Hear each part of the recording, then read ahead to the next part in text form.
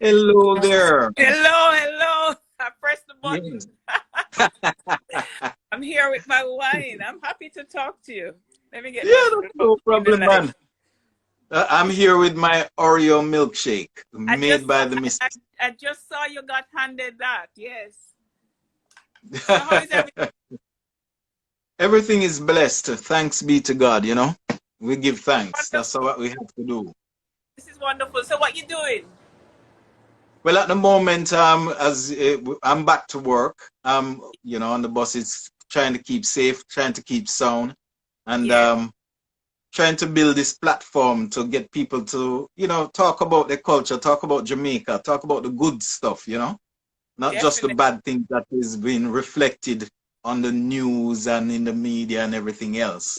So, we're just trying to build a little vibe, basically. Your money And is just, really good. It's really good that you can use technology in this way. And that's one thing about Jamaican people. We're very innovative and ingenious. So we will use any circumstances to make it into something that is fun and that's entertaining. So right. that's wonderful. That's Yeah. So right. I'm just here trying to see how this works because I've never done a live before. I don't really like lives. So I'm not. So I'll let you lead. So when you say you're talking about Jamaica, you're reaching out to anybody who is of Jamaican background and can share Most their experience definitely. and so on. Most Yeah. definitely. Most Yeah. definitely. There's so much, as I said, positives that come out of the little island that we're Yeah. all proud of. And we Yeah. come from there. And, you know, as Yeah. you being from a maroon background, obviously you have a lot of insights of what is, you can I, explain to us a little yeah. bit more about the maroon background, if you So can. yeah, so I came to the UK from Jamaica when I was 21, and I am 45 now. I'm not afraid to share my age, not because I think I look young, but because it is what it is. It won't change. So yeah, I came here when Well, I you was don't. 21, and I never appreciated my maroon ancestry until I came to the UK, and people are Right. fascinated when I say because growing up it was kind of not something you are proud of, Of course because not. No. you're going Mhm. to school, something that was taught with kind of pride. It was something that Yes, is like a part of history that you kind of quickly forget about because of the exactly.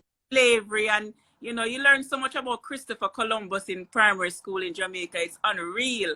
You know all about Hmm. Christopher, but you don't know about Nanny and Marcus Garvey and Paul Bogle to the extent that we should. And Exactly. I'm not convinced that the education system in Jamaica has improved enough, but I'd have to do my research on that to back it up. But yeah, I Of came here, course. and it was only through going through a lot of oppression in the NHS that I found that I had this. I call it a stubborn streak. I thought it was just me being stubborn. Not to And stop you, but when did you actually join the NHS? When did you in sign up to be a nurse? I started my training in 1997. So I Okay. came here in 96, and then I did a BTEC travel and tourism diploma until the nurse Okay. training started the following year. So I trained in East London in King George Hospital. And All so right. I can remember as a student, being fresh from Jamaica, and Uh-huh. you have patients shouting, "Take me back to England." These are confused patients with dementia. And I'm Okay. thinking, what have I walked into? This, I know they're confused, but why are they so angry to see my black face? It took me a while to understand. And Yes. after a while, I realized that there was this racial undertone to a lot of what was happening. And Okay. I, Okay. I, I remember as a student, being a third year student, waiting to get a job, and Right. I couldn't get an interview, and I was Oh, running, my student visa would finish, and I couldn't understand why my white friends who were training at other hospitals like Haroldwood were coming in and saying, "Hello, yes. Nicole, I'm going for an interview." And the senior leaders would say, "Don't worry, Nicole, you're going to get your interview." Until an Australian nurse saw me in the kitchen, and she said, because she realized I was a bit silly, she said, Yes. "Nicole, what's the matter with you? Don't you see you're not going to get a job here? Don't you see Hmm. that?" And it was like, how did I not see it? But I was so young and naive and fresh that I needed her as an elder Australian nurse in the UK to tell me that. And when she told me that, woke me up, because I realized that what I had been going through for the 3 years, a lot of it was racism, but I thought it was me just acclimatizing to the new culture. So I kind of overlook it and just think that's, yeah. So when she said that, I then went down to the Royal London and I applied for 2 jobs and I got both of them and I never looked back. But then you have incidents on the ward of racism, but you don't really let it get you. But I found that I was stubborn. It's almost like something inside me was telling me that no matter how they fight me, I'm going to find a way around it. And it was a kind of way where it was almost like a game to me now, that I kind of knew they were coming to block me. So I realized that there was this greater power. And I was talking to my dad and he said, that's the maroon instinct. And I thought, what? Don't come tell me what no maroon instinct. So yeah, when he told me about it now, I started to dig deep and learn about Nanny and how they were ingenious and they would camouflage themselves in the bushes and capture people and chop off some head. And I realized that I had that fighting instinct in me. And one thing about it was I wasn't packaged like a maroon. So people wouldn't see me coming. So I would be nice and petite and lovely. But when they push me now and expect me to roll over, they realize that I'm going back. Sort of like a wolf in sheep clothing. They call it like a swan. You know, like how you see a swan gliding and it looks like it's effortless. But deep under the water, they paddling, you know, the legs going really fast. But somehow, as Jamaicans, as Maroons, we don't really want to show people that we're hungry or that we're suffering. We're very good at, you know, we play fool to catch wise. You know, we use all these things that come naturally to us that people don't really realize that we're under pressure, you know, but out of spite, we're not going to give in. We're not giving in out of spite. And I think we need to really pass that on to the next generation. So I'm very close to my dad, extremely close. Because when I was growing up, I was the middle child. And I was the one who nobody gave me much attention. And it was my dad who used to always spend time and come back with, you remember those days when you have ice cream cake? I was the only one in the house who liked ice cream cake. And he would come back with an ice cream cake just for me. So there was something about my dad that he was this big, tough principal. When I said tough, you know, proper maroon to the point where he had a button. And he stood up at the school gate with his button and his fan belt, and he was dangerous. But at home, he was quite soft and nice and lovely. So people used to think that we get a lot of beating at home, but he never hit us once, not once. That's just good. Just the look. He give you that look and you better behave yourself. We know that look. I know that look very well. Yeah, well, it's a powerful look. One of our questions to you from Christine was saying, how did the Maroons came to Jamaica? Well, how did they actually? Yes. So in the history, they would say that the Maroons were slaves who came from Africa, but that's not quite true. Because in choosing the Africans that would come to the West Indies, they were choosing the best of the stock. Because remember, we were property. So we have to get ourselves past the anger, because, you know, you can really feel angry when you talk about it, but you have to get past that and just think about what it was with such a wicked system that they were choosing the best people. So the toughest and the ones who were very sturdy, built well, strong, but petite, were the Maroons from West Africa, mainly Ghana. So Ghana, even to this day, a lot of the Maroon language is, you know, it's from Ghana. So they chose Africans to come. But when the Maroons came, because of how they were naturally built as warriors back in Africa, they rebelled. So they were having none of it. So they ran away and they went into the mountains and they tried to free many slaves. It's controversial because going back into the mindset of a Maroon back then, you can only free people who want to be freed. It's like Harriet Tubman, you know, where she said she could have freed many more slaves if only they realized they were slaves. And it's like Stockholm syndrome, where you become attached to your captors. There were some Right. slaves who wouldn't want to be free, so the Maroons would have to leave them. But the English were so fed up with the Maroons because of their tactics, their guerrilla warfare. Yeah. When I'm talking about guerrilla warfare, it's kill or be killed, yes? Because they're coming to kill you, you know, so that means exactly you're gonna really deal with them. So the Maroons were fearless in their, and plus they didn't know the territory very well, as so to speak. So when the Maroons went up into the mountains, obviously they hid in some of the hills and caves and stuff like that. That is what, as you said, they use that tactics to help to defeat the British at the time. Exactly. And you know what really attracted me to knowing more about the Maroons is Nanny, you know, because when I read about her, she's a wiry lady, but don't let that fool you. So it's not about size, it's about what's here and how strongly you feel about a situation. So I'm able to channel my maroonness, and I am able to be emotionally intelligent to know when to apply it and when to kind of hold back. But that has come over time, because that's right. You know, I am known in meetings to go forward as if I'm ready to attack. And it was feedback from a coach who said, when you go forward like that, people get really defensive because they know you're coming. So I've had to learn in professional ways in those circumstances to kind of manage it, that I don't look so aggressive. But yeah. Now coming back to your post, coming back to your actual role in the NHS, what is your title basically? What is your main title? So at the moment, my official title is Assistant Director of Nursing. It's an acute health trust. So that means you are a nursing leader. You're not doing frontline work anymore. You're more into the strategic side of it. So my specialty is patient experience and making sure that all patients, especially BME, people from Black minority ethnic groups, that they have compassionate care. I am very vocal about ensuring that everybody has respect and dignity, you know, with end of life and respecting people's culture and not stereotyping. So yeah, that's my official title. But I've gone on secondments to understand the commissioning side.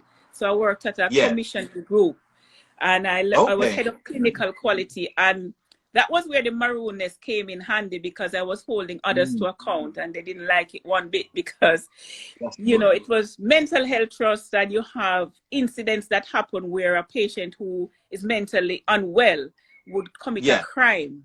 And I'm talking about crime that, you know, like what you see on the news, where somebody's mentally unwell and they cause harm to somebody else. I won't go into detail, but when I get the report about the incident before it goes to court, I'm able to look at it and say, can you assure us that this wouldn't happen tomorrow? And it's usually 9 out of 10 the patients are from a BME background, and there is this feeling that, well, you know, it's just one of those things. And I think, no, we could have done better to prevent it from escalating to that point. So yeah, it's really, the maroonness comes in handy there. Because you get a lot of things like, who are you to question me? I know more than you. And then I'm saying, but I am a nurse, I have experience, and this doesn't assure me. If I was the patient's relative, I would want to know that you've done better things to prevent it happening. And so sometimes that makes people have, they get very defensive, put it that way. That's good. But the maroonness means you won't give up. The maroonness means that you're going to make sure. Yes, whether they like it or not. Another question. Have you actually visited Maroon Town yourself in Jamaica? You know that, as I said, it's only since I've been here that I have gained my pride in my maroonness, and I'm planning, because I'm doing vlogs.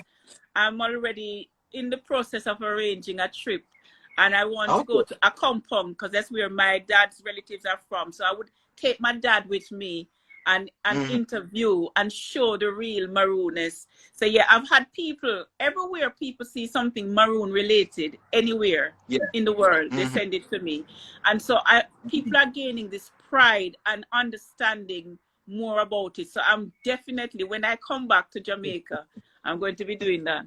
It would be nice to have a nice celebration, you know, to show. Of course. Because I have nursing professors in New Zealand who are now interested in understanding more about the Maroons because of the way I have been talking about it, and they want to know more. And they contact me and ask questions, and they send me links too.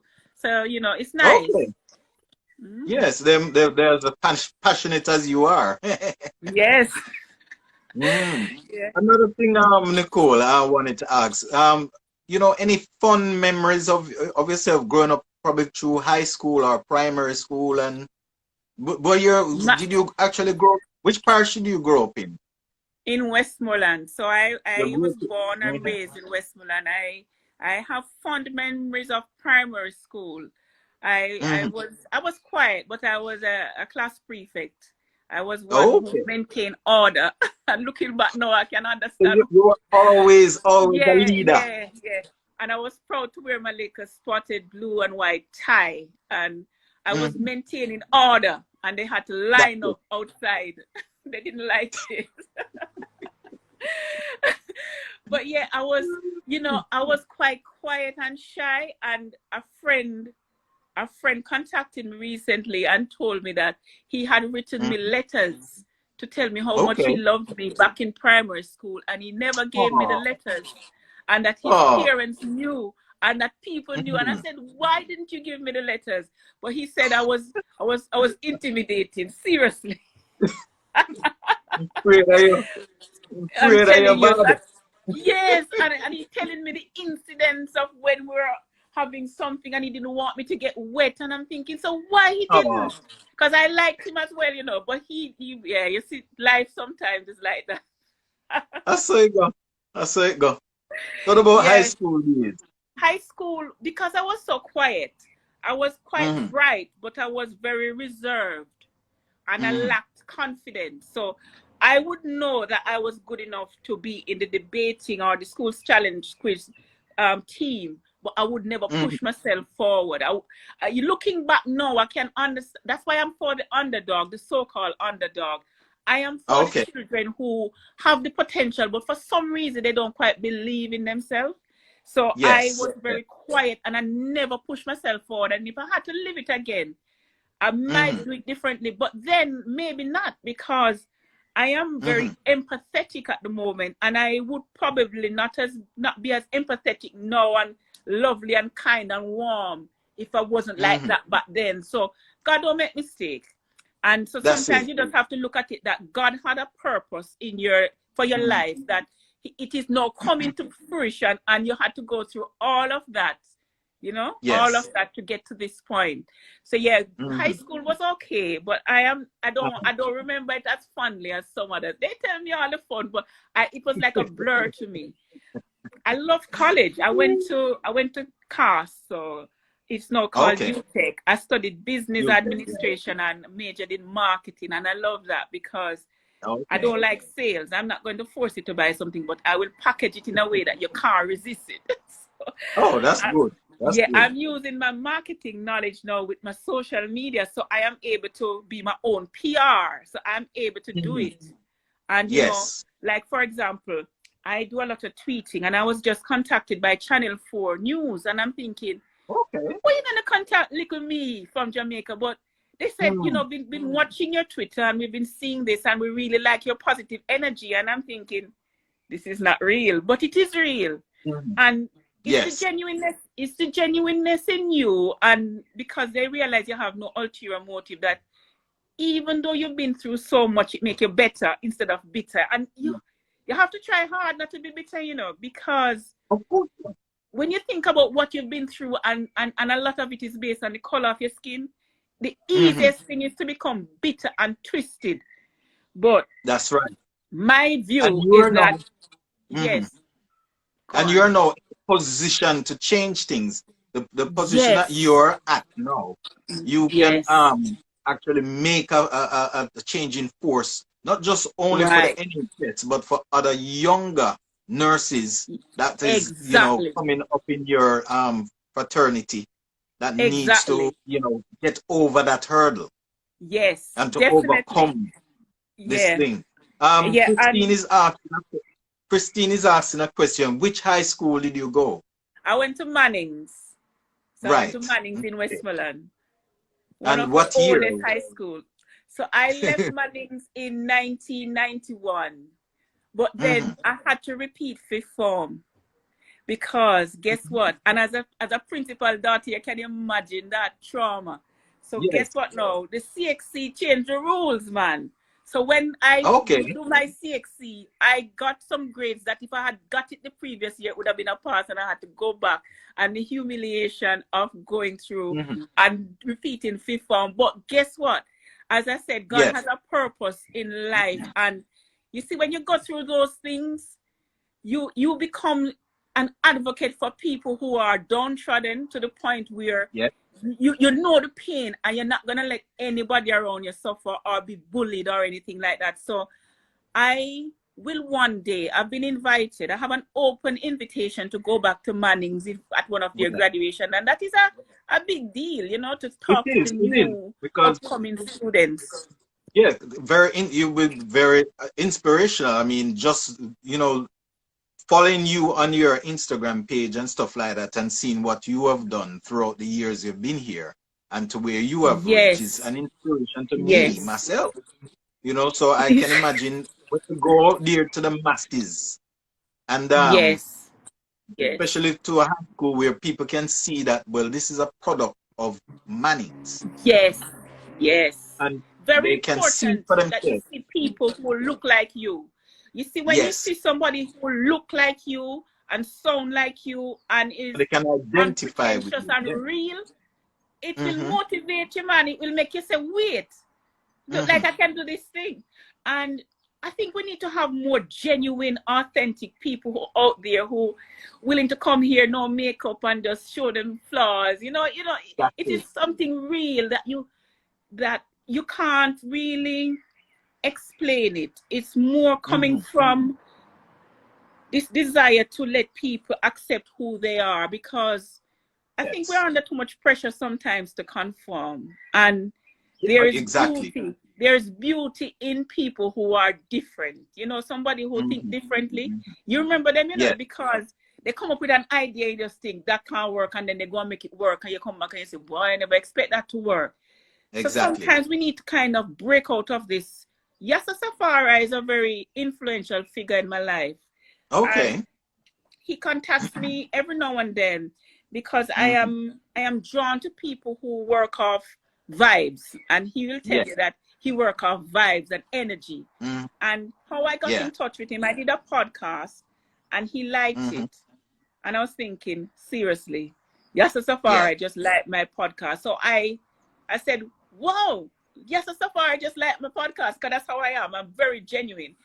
And He's he on contacted. Instagram as well. Yes, he contacted I'm me. going to follow him. He's the famous dub poet, man, and deal with, Mm-hmm. Africa Mm-hmm. and Black unity and peace, love, and poetry. Mm-hmm. And I Similar, got similar diagnosed. to a Mutabaruka. Right, they are like this. They go together. So Mm-hmm. Mutabaruka is more firebrand, where Yassas is Yeah. more mellow. Yassas was the one who was with Garnet Silk, on Garnet Silk's Okay. first, where, I think I can make it now. The rain is gone. You remember that song? You remember that? Yes. Yes, Yes. that one. So on that, when he come on with his funky rap, I love that. Mm-hmm. So yeah, Mm-hmm. he reached out to me, and I'm doing some work with him in terms of poetry. So I was booked to Okay. be on Jamaica Poetry Festival in August, but Oh. unfortunately, yeah, with Corona coming and kind of, Mm. we're not sure, but we might use technology. We'll see what happens. We might use some technology, because Anything is possible now. Mm-hmm. anything is possible, and that is what we need to learn from Corona. We're learning that if you can't go Mm-hmm. through the door, you jump through the window. So Exactly. it is fascinating that I am drawn to people like those who are more earthy and genuine and just Mm-hmm. real, and you know, not watching That's money. it. I'm not motivated by Natural, just money. No, natural I'm vibe. motivated by having an influence and Yes. kind of Making a inspiring the change. next Making a generation change. to go far. I want them to go all the way. I don't Mm-hmm. necessarily need to do it for myself because I'm an introvert. So naturally my comfort zone is behind the scenes. So I would have been on your live and just stay and don't make a sound. But because I Yes, have so yes. much respect for you and I can't let Mhm. you down, I push myself because I'm not letting you down. So yeah, Thank you very much, man. I and it's appreciate because it. you're genuine. There is something genuine Mhm. about you that you are proud of your culture and you want to make a difference in the world. And I respect anybody like that. So yeah, that's why I'm We- here. I mean, it plays a major part in my childhood growing up. I mean, I was born in England, Were but you? yeah, I was born here, but my parents took me back when I was only a year old. Wow. I was only a year old when my parents decided that they had enough of England and they just wanted to go back to Jamaica to live and Yes. live the life of whatever but every Jamaican perceived want to do, to go Mm. back to the culture, go back home and put in the work there. Of course, And of so course. Somebody's asking for some when growing poetry. up in Jamaica, obviously that's what we all about. That's a big chunk of our life. But Yes. one more question. Can we hear a nice poem from you, from original Maroon Original poem? poem. You don't want no Miss Lou. All right, let me We don't want see. no carbon copy. We don't want no filters or anything. Hold on. My brain not so good, so I can't remember stuff. But yeah, Hmm. I have a blog. I've been blogging since Yes. 2015. And I started Okay. blogging because I was going through so much in the NHS that I needed somewhere to kind of put it, if Hmm. you know what I Hmm. mean. So I was being racially victimized, and for me that's a strong Hmm. word, but it was the way it was at the time. And so the Of only thing course. I Of course. could do was to get my iPad and type. When I said Hmm. I started typing and I just started putting it out, it's called The Human Touch. It's at The human. nicolemcintosh.com. And it's Yes. filled with lots of different things of me just sharing. But the Hmm. more I wrote, the stronger I became. And it's funny Okay. that by typing, I found my voice. So I'm just Hmm. looking for a poem. But yeah, while I'm looking That's for no it, I'll problem, just man. tell you. That's no problem. So Mm. it's But important remember, for us. Hmm? mhm. No, I said I remember I grew up with your sister, Priscilla. Yeah, she told me. Hmm. So Yes. I'm not quite sure whether she was in my same year or just below me. Because Okay. because I'm class of 86. Oh, really? So that Yes. means, oh, so she might have been after you then. Hmm. Yeah, I think she might be after you. I found a That's it. poem. Okay, beautiful. All right. Okay, so this one, no, I'm going to give you the background. So Hmm. this was written at a time when I was assistant director of nursing, but I was getting pressure Hmm. to change my compassionate leadership style.